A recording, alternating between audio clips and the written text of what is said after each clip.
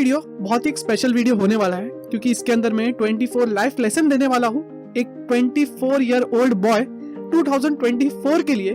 और ये खुद के लिए होने वाला है। अगर मैं अपनी टीन एज में होता तो ये सारे लेसन अपने को ही देता था ताकि मैं एक बेटर पर्सन बन सकूं।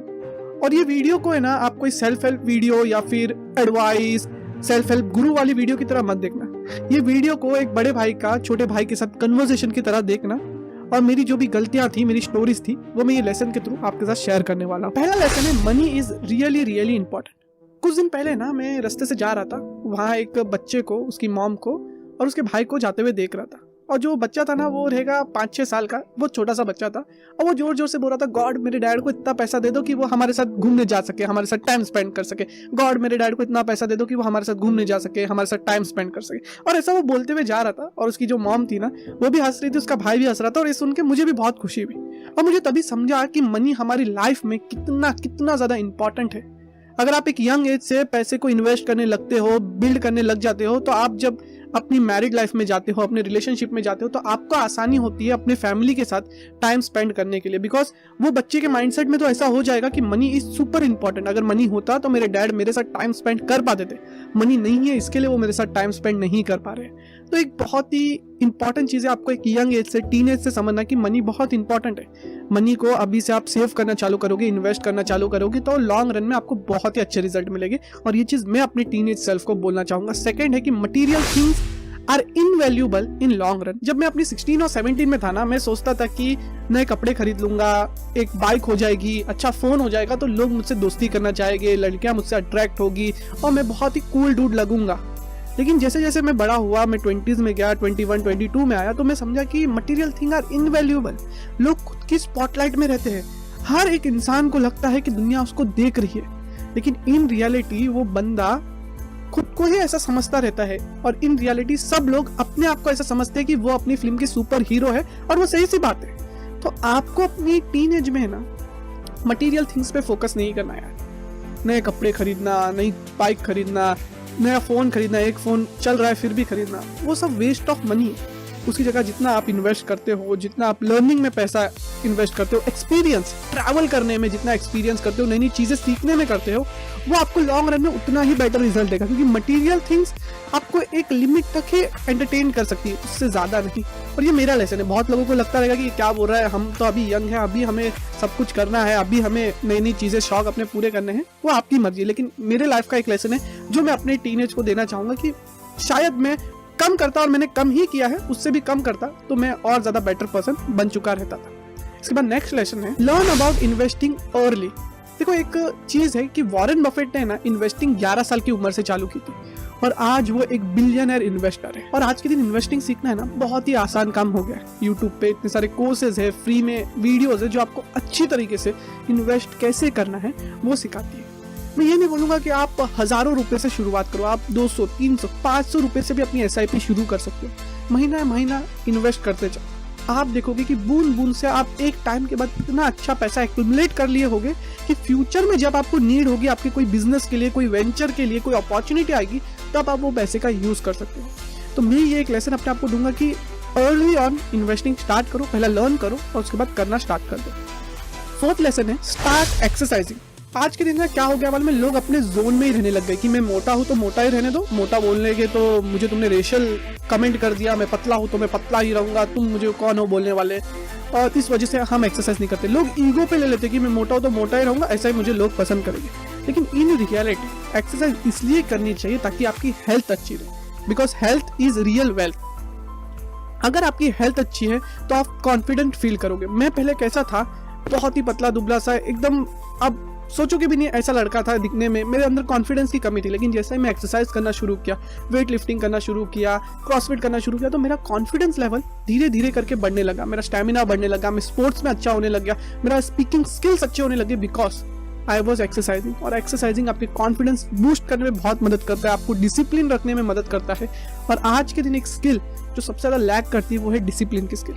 तो अगर आप अपने लाइफ के अंदर एक हैबिट अपनाना चाहोगे तो वो है एक्सरसाइजिंग की हैबिट अपनाओ, आपको इनसेन रिजल्ट मिलेंगे। ये नहीं बोलूंगा कि आप 7 दिन जाओ, अगर आप हफ्ते में 3 दिन का प्लान करे हो तो हफ्ते में 3 दिन जाओ, बट रेगुलरली जाते रहो। कंसिस्टेंसी से आपको रिजल्ट दिखेगा। इसके बाद 5वां लेसन है, you don't need 100 average friend, you need few real friend.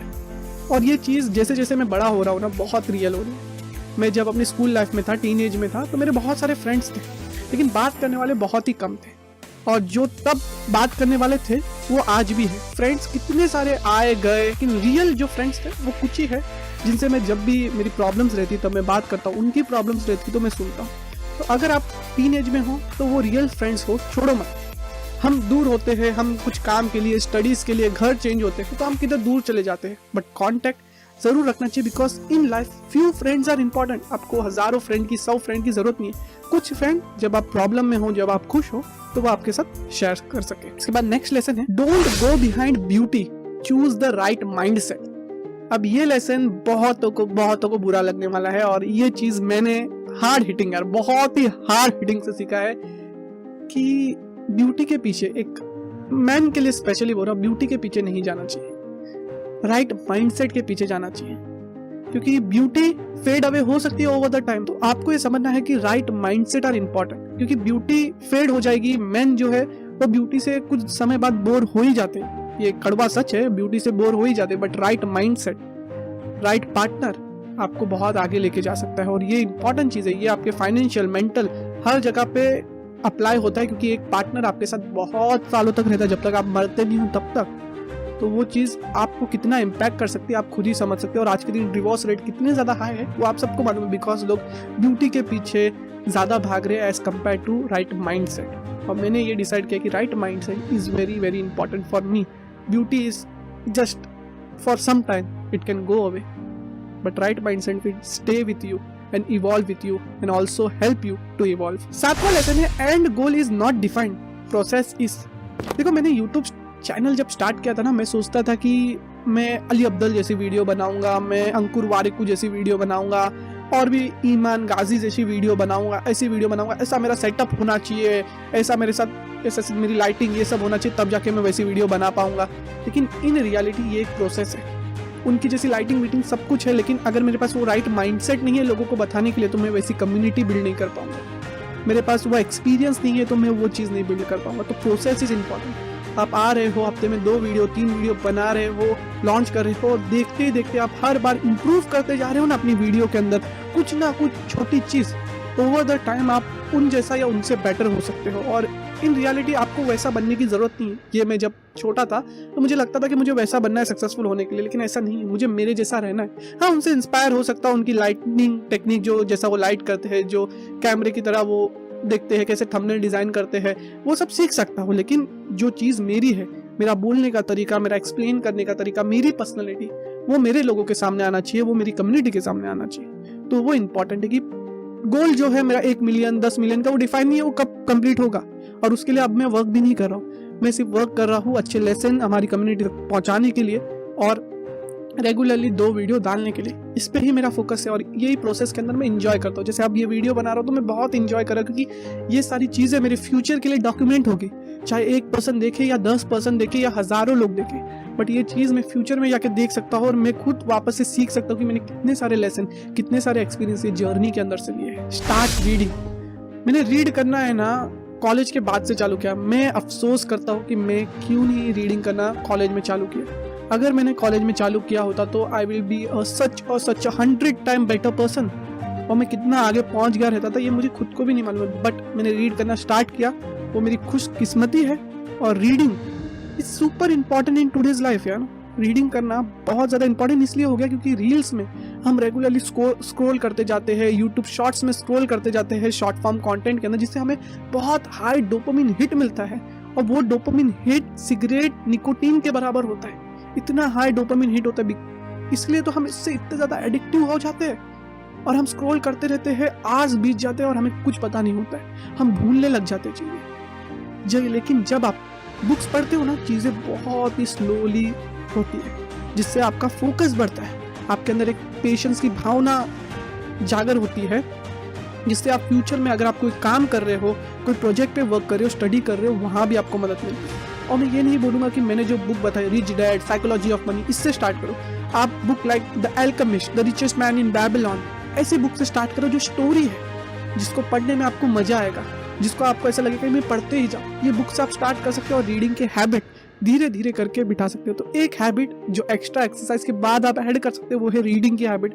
वो आपके लाइफ को बहुत ज्यादा चेंज करेगी। In investing keep patience. मैंने इन्वेस्ट करना 2020 से चालू किया था और मुझे पता था कि इन्वेस्टिंग के अंदर पेशेंस लगता है। और रिसेंट टाइम में ना मैंने 2022 की शुरुआत में जब टाटा पावर्स का स्टॉक जो था 290 पे था ना, मैंने खरीद लिया था और उसको 1 साल तक होल्ड किया। वो 290 का 230 का चला गया और मैंने उसको होल्ड किया, टाइम स्पेंड हुआ, वो बढ़ रहा ही नहीं था, वो वही प्राइस पे फ्लोट कर रहा था। और नवंबर में ना मैंने वो स्टॉक, क्या मालूम मुझे क्या हुआ, मैंने वो स्टॉक बेच दिया।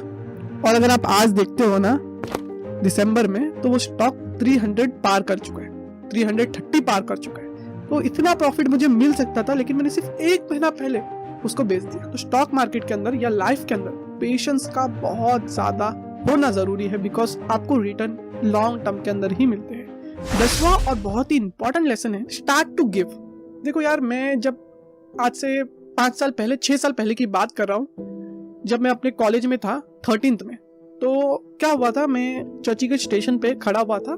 वहां में एक रूह अफ़ज़ा का जूस आता है जिसके अंदर छोटी छोटी लोग सब्जी की बीज डालते हैं।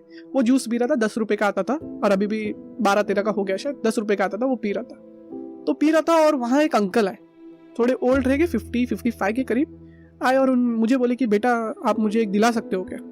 मेरे पास पैसे थे, लेकिन मैंने वो अंकल को बोल दिया कि अंकल मैं नहीं दिला सकता, मेरे पास पैसे नहीं है। और मैंने पी लिया और मैं फटाक से ट्रेन पकड़ लिया। और वो अंकल उदासी मुँह लेके बोले ठीक है बेटा, कोई प्रॉब्लम नहीं। और ऐसे ही वो रूह अफ़ज़ा को देख रहे थे, थोड़ा टाइम देखे और फिर चले गए। जैसे मैं ट्रेन में बैठा और उसके बाद आगे बढ़ा ना, मुझे बहुत रिग्रेट फील हुआ। और वो रिग्रेट मेरे अंदर आज तक है कि मैं अगर उस दिन दे देता तो मेरा क्या चले जाता यार। 10 रुपए की बात थी, 10 रुपए की। I feel I am so idiot. आज मुझे इतना रिग्रेट होता है, इतना रिग्रेट होता है। लेकिन वो दिन है और आज का दिन है। I give when someone come, I give them. और ये चीज, ये एक हैबिट आप अपने अंदर लेके आना, क्योंकि दुनिया के अंदर कर्मा है, आई बिलीव। और जितना आप दोगे उससे ज्यादा ही आप पाओगे। लेकिन ये भावना से मत देना कि आप दे रहे हो तो आप बहुत सारा पाओगे। ये भावना से दो कि मुझे ऊपर वाले ने बहुत दिया है, उसका थोड़ा हिस्सा मैं लोगों के अंदर बांट रहा हूँ। गिव करना चालू करो, ये आपको बहुत अच्छा फील कराएगा यार, सही में बहुत अच्छा। मैं बोलना चाहूँगा, मुझे आज भी रिग्रेट फील होता है, लेकिन वो रिग्रेट की वजह से मैंने मेरी लाइफ के अंदर बहुत सुधार किया और गिविंग की भावना मेरे अंदर लेके आई है। इसके बाद 11th lesson, want to be rich, provide value. अगर आप बिजनेसमैन को देखते हो, पॉलिटिशियन को देखते हो, यूट्यूबर्स को देखते हो, फिल्म स्टार्स को देखते हो, सिंगर्स को देखते हो, तो आपको कॉमन चीज दिखाई देती है क्या? वो लोग एक तरह की वैल्यू प्रोवाइड कर रहे हैं। बिजनेसमैन अपने प्रोडक्ट या सर्विस से लोगों को वैल्यू प्रोवाइड करता है, वहीं पॉलिटिशियन अपने सिक्योरिटी से लोगों को वैल्यू प्रोवाइड करता है। यूट्यूबर एंटरटेनमेंट, लेसन्स और एजुकेशन के थ्रू वैल्यू प्रोवाइड करते हैं। फिल्म्स और फिल्म स्टार अपनी एक्टिंग के थ्रू, एंटरटेनमेंट के थ्रू लोगों को वैल्यू प्रोवाइड करते हैं। सिंगर्स अपने गाने के थ्रू लोगों को वैल्यू प्रोवाइड करते हैं। और अगर आपको रिच बनना है तो आपको लोगों को वैल्यू प्रोवाइड करनी पड़ेगी। वो वैल्यू कोई भी तरीके की हो सकती है, लेकिन आपको लोगों तक पहुंचना पड़ेगा, उनको वैल्यू प्रोवाइड करनी पड़ेगी। बिकॉज लोगों से ही आप बहुत ज्यादा पैसे कमा सकते हो, एक कम्युनिटी से आप बहुत ज्यादा पैसे कमा सकते हो। और जितने भी businessman, politician, actors, YouTuber, singer, ये सब है, ये पब्लिक के लिए वैल्यू प्रोवाइड करते हैं। That's why they are rich. 12th lesson है, no one is small, respect everyone. मैं अपने 16-17 के टाइम पे मुझे ऐसा लगता था आई एम द बेस्ट। इससे क्या ऐसा बात करने का यार, ये तो हमारे यहाँ का प्यून है, इससे कौन सा इज्जत से बात करने का। या फिर मेरे छोटे क्लास में जो 9वीं में है, 5वीं में है, 4थी में है, उनसे क्या अदब से बात करने का, सबसे तूता से बात करने का जो अपने से छोटे हैं। लेकिन जैसे मैं बड़ा हुआ, मैं समझा सबको रिस्पेक्ट देना बहुत जरूरी है। और एक बुक है डेल कार्नेगी की, उसके अंदर बहुत ही अच्छा लेसन है। अगर आप दूसरों को रिस्पेक्ट देंगे, यूनिवर्स आपको रिस्पेक्ट देना शुरू करेगा। तो जितना हो सके अदब कायदे से लोगों से बात करो, आपको बहुत ही अच्छा रिस्पॉन्स मिलेगा, जिससे आपको अपनी लाइफ के अंदर ग्रो करने में मदद मिलेगी और आपके लिए अपॉर्चुनिटी आपकी कम्युनिकेशन स्किल्स की वजह से बहुत सारी खुलेगी। तो रिस्पेक्ट करना शुरू करो। इसके बाद नेक्स्ट लेसन है, डोंट ओवरफ्लो द बकेट। अब क्या होता है मालूम है कि बहुत बार हम किसी को एडवाइस देने जाते हैं, किसी को समझाने जाते हैं, वो अपने लाइफ के अंदर कुछ गलत कर रहा है, उसको हम समझाने जाते हैं कि भाई ऐसा मत कर, प्लीज ऐसा मत कर, इससे तेरी लाइफ खराब हो सकती है, तेरे साथ बुरा हो सकता है, ये हो सकता है, वो हो सकता है। लेकिन उसको वो चीज सुननी ही नहीं, वो अपने लाइफ के अंदर वो चीज करना ही नहीं चाहता। उसको बुरा है तो उसको बुरा ही बनना है, या उसको जैसा सोचा है वैसा ही करना है। तो प्लीज उसको एक्स्ट्रा समझाने की कोशिश मत करो।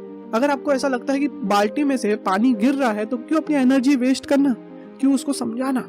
ये चीज़ आपको समझनी चाहिए कि अगर कोई समझना नहीं चाहता तो प्लीज़ छोड़ दो। आप अपने लाइफ के ऊपर फोकस करो, क्योंकि आप हर किसी की प्रॉब्लम सॉल्व नहीं कर सकते। ऊपर वाले ने सबको दिमाग दिया है, हाथ दिया है, पैर दिया है, नॉलेज दिया है, फ्री लर्निंग के इतने सारे उपाय दिया है, तो वो अपना सोल्यूशन ढूंढ लेगा। आप अपनी एनर्जी वेस्ट करो मत। अगर हाँ कोई सुन रहा है तो आप अपनी एनर्जी लगा सकते हो, उसको बेटर बनाने पे फोकस कर सकते हो। 14th लेसन है लर्न टू मूव ऑन।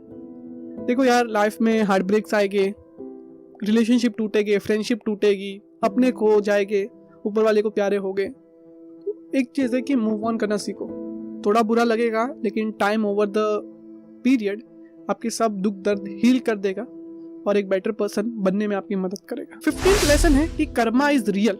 अगर आप नेचर की बात करो, इस्लाम की बात करो, क्रिश्चियनिटी की बात करो या सनातन धर्म की बात करो, हर जगह आपने एक चीज नोटिस की है कि ऊपर वाले ने बोला है कि आप लोगों की मदद करो, इन रिटर्न वो आपके साथ गुड डीड करेगा। Because Karma is real. अगर आप लोगों के साथ अच्छा बर्ताव करोगे, अपनों के साथ अच्छा बर्ताव करोगे, इन रिटर्न आपको भी अच्छी चीजें ही होगी। और ये लॉ ऑफ नेचर है, रिलीजन की पावर है, ऊपर वाले की देन है, क्या है पता नहीं, बट कर्मा इज रियल। लोगों के साथ आप बुरा करोगे तो इन रिटर्न आपको बुरा ही मिलेगा, और लोगों के साथ जितना अच्छा चाहे उतना करोगे और इन रिटर्न आपके साथ अच्छा होगा। 16th लेसन है mindless scrolling makes you weak. 2 साल पहले है ना, मैं बहुत ही ज्यादा मोबाइल को स्क्रॉल करता था, मतलब रील्स देखना, यूट्यूब शॉर्ट्स देखना, देखते ही जाता था और वो चीज़ करते करते आज बीत जाते थे, मुझे पता ही नहीं चल रहा था। और वो ओवर द टाइम मेरे ब्रेन को मुझे वीक बनाते गए। इस वजह से मैंने पिछले साल से ही इतना ज़्यादा स्क्रॉलिंग करना छोड़ दिया है। मैंने इंस्टाग्राम मोबाइल से ही डिलीट कर दिया, लैपटॉप से जो भी वीडियोस डालनी रहती है वो लैपटॉप के थ्रू डाल देता हूँ, और शॉर्ट्स तो देखना बहुत ही ज़्यादा कम कर दिया। कभी यूट्यूब ओपन करूँगा तो सिर्फ 10 मिनट देखूंगा, और उसके बाद मेरा टाइमर रहता है यूट्यूब ऐप के ऊपर, जिससे मुझे अगर मैं आधे घंटे से ज़्यादा यूज़ करूँगा तो ऑटोमेटिकली ऐप बंद हो जाता है। इसलिए मैं ज़्यादा यूज़ नहीं कर पाता, क्योंकि स्क्रॉलिंग आपके दिमाग को बहुत ज़्यादा ओवरलोड डोपामिन देती है, जिससे आपका माइंड धीरे धीरे करके वीक हो जाता है। आपको फोकस करने में बहुत प्रॉब्लम होगी, पेशेंस आपका कम हो जाएगा, और आप अगर कोई हार्ड काम करने जाओगे ना तो वो भी आपसे नहीं होगा। प्लीज़ स्क्रॉलिंग करना थोड़ा कम करो। आप बहुत सारे ऐप्स का यूज़ कर सकते हो। 17th लेसन है प्ले स्पोर्ट्स। स्पोर्ट्स हमें बहुत सारी चीज़ें सिखाता है, और आप अगर टीन एज में हो तो प्लीज़ स्पोर्ट्स खेलो। स्पोर्ट्स से आपको टीम वर्क, टैक्टिक्स, फेलियर से सीखने को मिलता है, सक्सेस की खुशी मिलती है, बहुत सारे लेसन मिलते हैं। मैं तो बहुत सारे स्पोर्ट्स खेलता हूँ, जैसे क्रिकेट हो गया, बैडमिंटन हो गया, गोल्फ हो गया, एंड मेनी मोर। और ये सारे स्पोर्ट्स से मुझे बहुत सारे लेसन मिले, चाहे वो हारने का दुख हो या फिर जीतने की खुशी हो, टैक्टिक्स हो कि कैसा गेम प्लान बनाना है, कौन से बैटर के लिए कैसी बॉलिंग डालनी है, किधर फील्डिंग लगानी है, टैक्टिक्स जो हो कैसे रन चेस करना है, ये सारी चीज़ें स्पोर्ट्स सिखाता है और आपको एक बेटर पर्सन बनाता है, कॉम्पिटिटिव पर्सन बनाता है, और ये दुनिया के लिए तैयार करता है। तो स्पोर्ट्स बहुत सारी चीज़ें सिखाता है। टीन एज में स्पोर्ट्स खेलना चालू करो, मोबाइल स्पोर्ट्स से हट के फिजिकल स्पोर्ट्स पे भी थोड़ा ध्यान दो। 18th लेसन है हैव अ गोल, बिग और स्मॉल। मैं बुक पढ़ रहा था रिसेंट में, द एल्केमिस्ट, सेकेंड टाइम पढ़ रहा हूँ। एल्केमिस्ट के अंदर अपने पर्सनल लेजेंड, अपने गोल के बारे में स्टोरी है कि अपने गोल अचीव करने में कितनी प्रॉब्लम आती है, लेकिन अगर आप अचीव करते हो तो आपको कितनी खुशी मिलती है, और पूरा वर्ल्ड, पूरा नेचर आपको कितना ज़्यादा पसंद आने लग जाता है। और जब आप अपने गोल के पीछे जाते हो तो पूरा नेचर, पूरा यूनिवर्स आपकी मदद करता है वो गोल तक पहुंचने के लिए। तो ये चीज़ से मैंने ये सीखा है कि मेरा गोल कुछ भी हो, मुझे एक दिन बहुत ही बड़ा यूट्यूबर बनना है इंडिया के अंदर, वो मेरा गोल है, उसके पीछे मैं भाग रहा हूँ, और ये प्रोसेस के अंदर बहुत सारी चीज़ें सीख रहा हूँ। और जब भी मुझे ऐसा डीमोटिवेटेड फील होता है, जब भी मुझे ऐसा लगता है कि मैं नहीं कर पाऊंगा, कुछ ना कुछ ऐसी चीज़ें होती है जो मुझे वहाँ तक पुश करती है, आगे बढ़ने में पुश करती है। तो एक चीज़, आप कोई ना कोई गोल अपने लिए लो, चाहे वो बहुत बड़ा हो चाहे वो बहुत छोटा हो, लेकिन गोल लो और उसके पीछे वर्क करना चालू करो। मैं ये नहीं बोलूँगा पूरा 24/7 करो, जितना टाइम मिले, थोड़ा टाइम मिले, ज़्यादा टाइम मिले, करना शुरू करो। Because goal make you better person. आपको बहुत सारी लर्निंग पूरे रोड में सीखने को मिलती है और आपको एक बेटर इंसान बनाती है। 19th लेसन है spend time with your parents. देखो यार, 16-17 के टाइम पे ना हमें क्या लगता है कि हमारे पेरेंट्स हमें हमेशा धमकाते रहते हैं, डराते रहते हैं, हमारी कुछ समझता नहीं है उनको। यार आप जेन जी जनरेशन हो, आपके और उनके डिफरेंसेस बहुत ज़्यादा है। उनका जो एरा था वो बहुत अलग है, आपका जो एरा है वो बहुत अलग है। हाँ, कुछ चीज़ें समझते नहीं है, लेकिन एक चीज़ बोलूँ, दुनिया में जो बिना कोई मोटिव के, बिना कोई पर्सनल गेम के आपकी केयर करता है ना, वो आपके पेरेंट्स है। वेस्टर्न कल्चर में होता रहेगा यार कि पेरेंट्स के साथ किसको रहना है, हम 18 के हो गए, हम निकल रहे हैं, हम अपनी लाइफ जी रहे हैं। लेकिन इंडियन कल्चर वैसा नहीं है। इंडियन कल्चर उतना पिछड़ा हुआ नहीं है, इंडियन कल्चर बेटर है। इंडियन कल्चर में पेरेंट्स की रिस्पेक्ट, पेरेंट्स के साथ टाइम बिताना, उनके साथ रहना बहुत इंपॉर्टेंट है। और मैंने बहुत सारे लोगों को रिग्रेट करते हुए देखा यार, बहुत सारे लोगों को रोते हुए देखा है कि जब पेरेंट्स थे तो अपने बिजनेस के लिए, अपने काम के लिए, अपने फैमिली के लिए, स्टडीज के लिए उनसे दूर दूर दूर सालों तक रहे। जब टाइम मिलता था तब भी उनसे मिलने नहीं आते थे। फिर जब चले गए तो वो बहुत रिग्रेट करते हैं, और वो रिग्रेट, वो पर्सन जब तक मरता नहीं है तब तक उनके साथ जुड़ा रहता है। इसलिए पेरेंट्स के साथ टाइम बिताना ज़रूरी है। मुझे पता है आप में से बहुत सारे लोग कहीं दूर रहते रहेंगे अपने पेरेंट्स से दूर, स्टडी के लिए, काम के लिए, लेकिन प्लीज़ फ़ोन पे तो बात कर सकते हो, वीडियो कॉल के थ्रू बात कर सकते हो, और हो सके प्लीज़ साल में एक बार, 6 महीने में एक बार जाओ, मिलो। चीज़ जब चले जाएगी ना तब आप बहुत अफसोस करोगे। इसके बाद नेक्स्ट लेसन है, religion is a way of making friends. Religion का हेट आज के दिन सोशल मीडिया पर बहुत बढ़ गया है।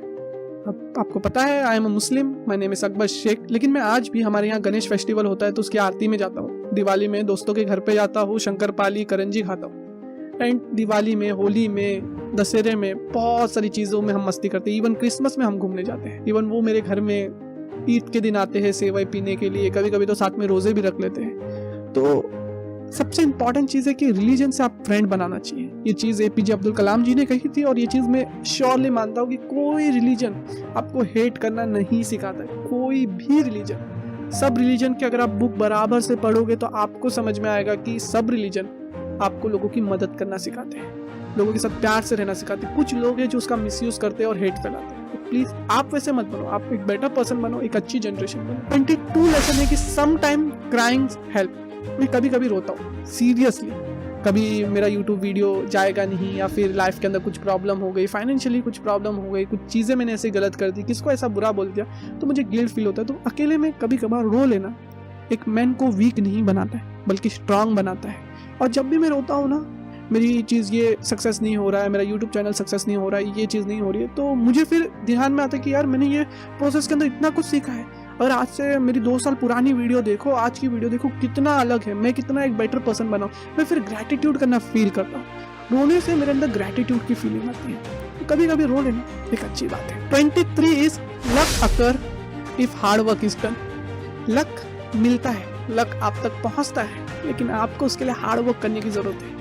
अगर कल के दिन मैं कुछ लाखों फॉलोवर गेन करूंगा तो बहुत सारे लोग बोलेंगे कि लक का खेल है, लेकिन बहुत ही कम लोगों को पता है कि मैं पिछले 2 साल से इसके पीछे भाग रहा हूँ, इसके पीछे मेहनत कर रहा हूँ, रेगुलरली वीडियो बना रहा हूँ, हर बार वीडियो को इंप्रूव करने की कोशिश कर रहा हूँ। लोग आज भी बोलते हैं कि नवाजुद्दीन सिद्दीकी का लक था, that's why he become a famous star, but किसको मालूम है उससे 17 साल लगाए थे वो एक्टिंग के लिए। मिस्टर बीस्ट यार लक की वजह से इतना बड़ा यूट्यूबर बना, लेकिन किसको पता कि उसने 1000 ऑफ वीडियो डाली थी जो 10 व्यू भी नहीं लेके आई थी। इतने ज्यादा वीडियोस बनाए थे उसने, लेकिन आज वो एक सक्सेसफुल पर्सन है। लोगों को सिर्फ लक दिखता है अगर आप सक्सेसफुल होते हो, लेकिन लक तभी आपका मदद करता है जब आप रियल में हार्ड वर्क पुट करते हो। बिकॉज किसी ने कहा है ना कि हाथों की लकीरों से पहले उंगलियां भी है, तो या हाथों की लकीरों की लक आजमाने से पहले उंगलियों की मेहनत भी करना सीखो। इसके बाद लास्ट लेसन जो बहुत ही इंपॉर्टेंट है आपके साथ शेयर करूंगा, वो है money is grey and not the end गोल।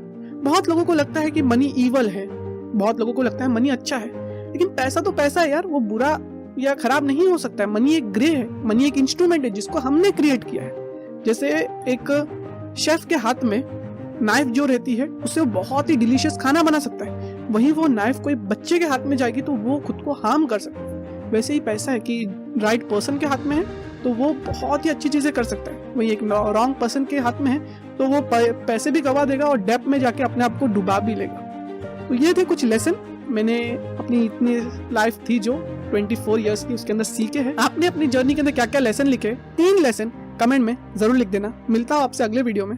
चलो बाय।